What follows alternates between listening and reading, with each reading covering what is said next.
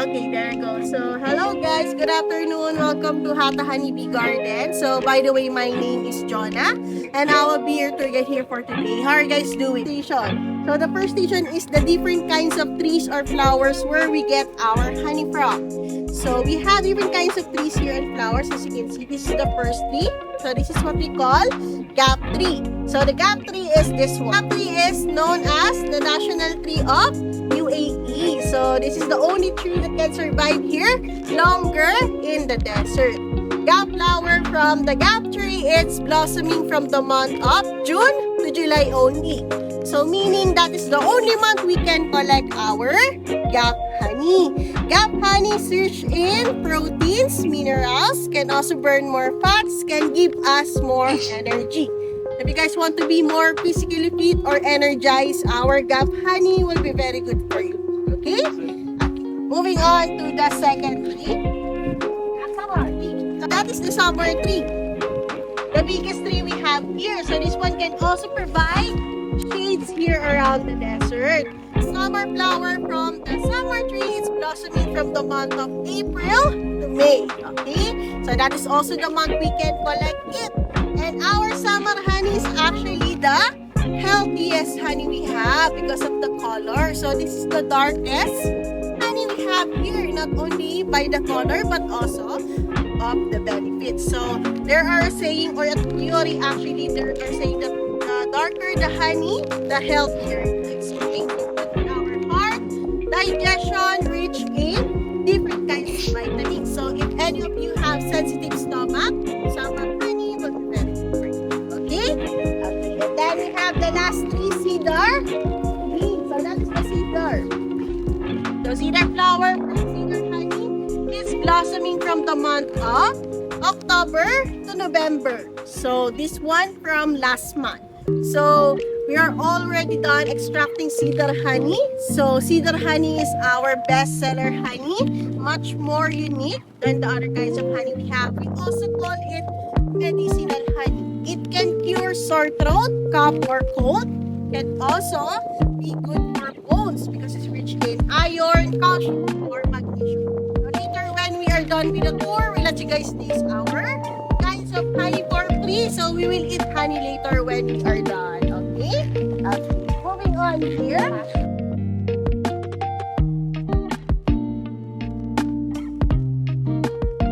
The home or the houses of the bees. So we have different kinds of beehives here. We have the older beehives and the modern beehive. Okay? So we start with the older beehive. So older beehive is what we are using before, of course, like many years ago. So have you ever seen a natural beehive before? Yes. Yes?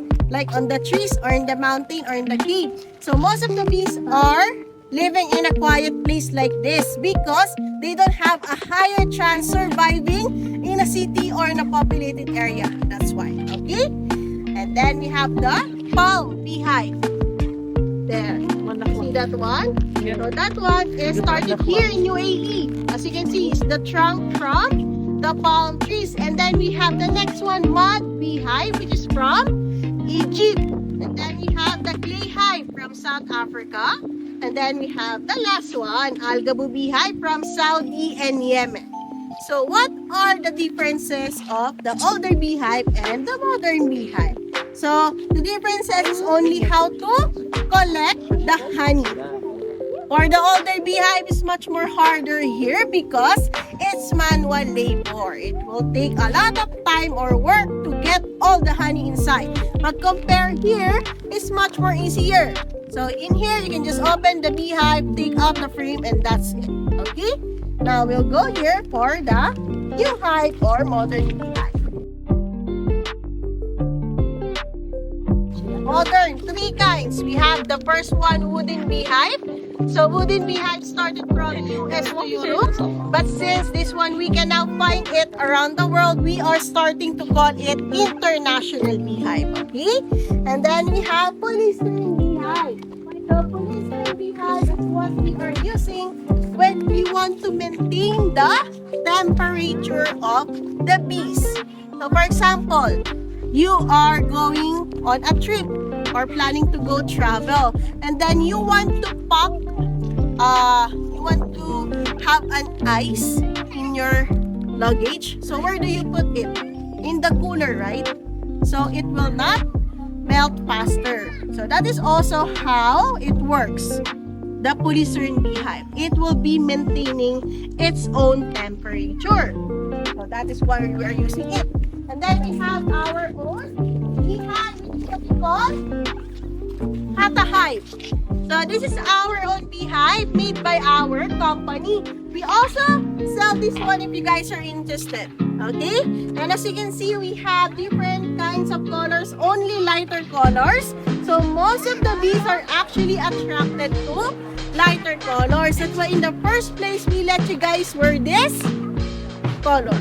So the bees will be friendly and attracted to you guys. Okay? So, before or while we open a beehive, we need to use what we call, you know what this one? What is this? No one knows what is this? Smoker. Yes, smoker. That's good. Like a smoker is just a piece of carton or paper or wood that we light. This one helps the bees relax and also calms them down. But right now, since there's a lot of people coming here, all of our bees are now exposed. So they are a bit aggressive right now. But don't worry. Just relax and don't move fast. The bees don't like fast movements. They think it's like other insects. That's why they will attack you. So just move like a flower. So in one beehive, we have 3 kinds of bees. We have the queen, the drone, and the worker bee. So how we can identify them? We can identify them by their sizes. The smallest are all female bee, which is the one that you can see right now. Oh,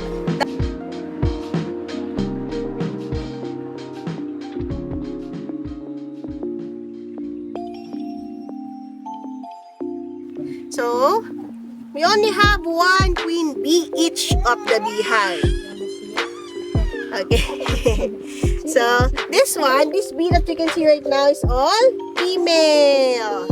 They are the smallest bee here inside our colony. Okay. So they are the one who's working. So we usually put a mark on the back of her head, our queen bee. Okay, so that is how we can recognize her. So what is the lifespan of our queen bee? The queen bee lives longer, 3 to 5 years. The rest, 2 to 3 months only. Why? Why the bees living longer? So the queen bee have special food, which is what we call royal jelly. Royal jelly is not part of the flowers, it's part of the body of a bee, of a worker bee. So they are naturally born with it, so they're the only one who can produce it on their own. So how do you become a queen bee? If the queen bee die, the worker bee or female bee will start searching on each one of the babies. Each one of the baby can be the next queen bee if one of them is much more healthier than the others. This is our queen bee. Come close. See? You see? You see the red dot? Honey.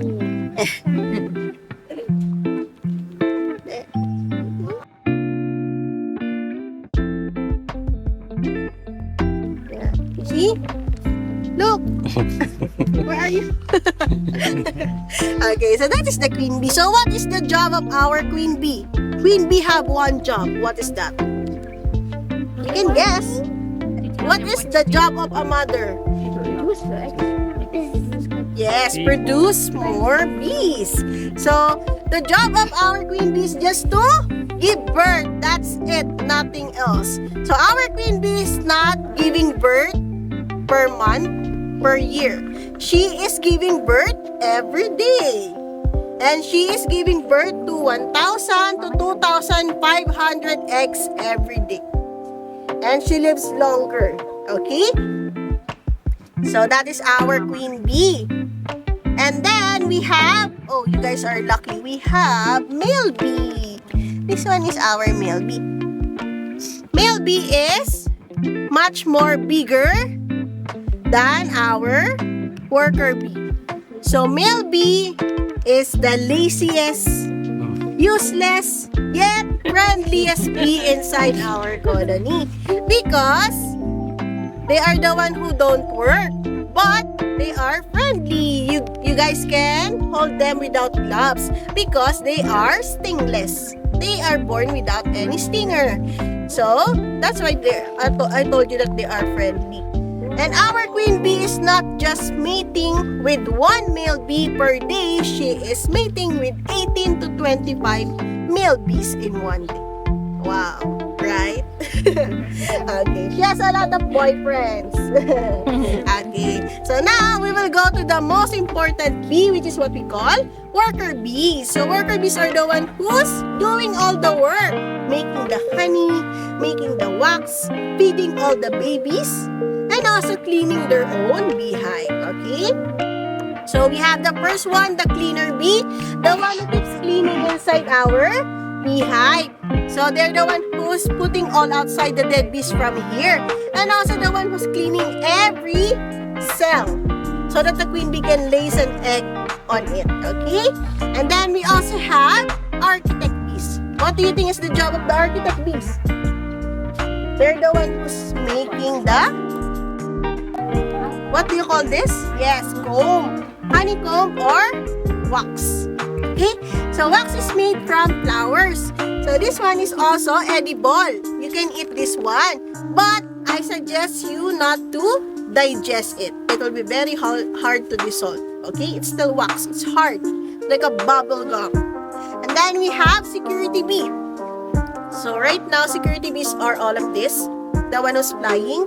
So security bees are the one who's protecting and stinging us the most. So why do the bees sting us? Because when they feel threatened or attacked, they need to protect their beehive and their self. But sadly and unfortunately, they didn't know that they will die immediately. Because when they sting someone, part of their body will break apart. Okay? Their stinger will stuck in our skin. And also, when you get stung by a bee, it's healthy for us. It actually beneficial. So, yes, if you're not allergic. So, yeah, if you're allergic, it's worse for you. So, it can cure arthritis, body pains, joint pains, can also maintain cholesterol, blood sugar, and blood pressure. So, it's very good when you get stung by a bee. So, any volunteer? No? No, I'm just joking. Yeah. No one to get stung? No? No one? Okay.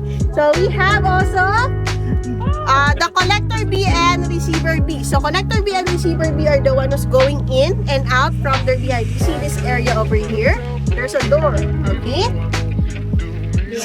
So, any of the bees can go inside to collect the pollen, nectar. After that, they will transfer it here to the receiver bee. So, the receiver bee are all of this. You see this? Here. You see this transparent over here? That is all honey. That's not yet done.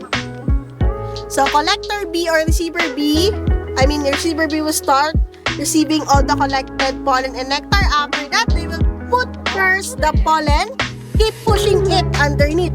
They will mold it. You know how to make bread? Like you keep doing like that, massage it. Then after that, it will become powder and then put the nectar next. And then they will chew it together with their saliva.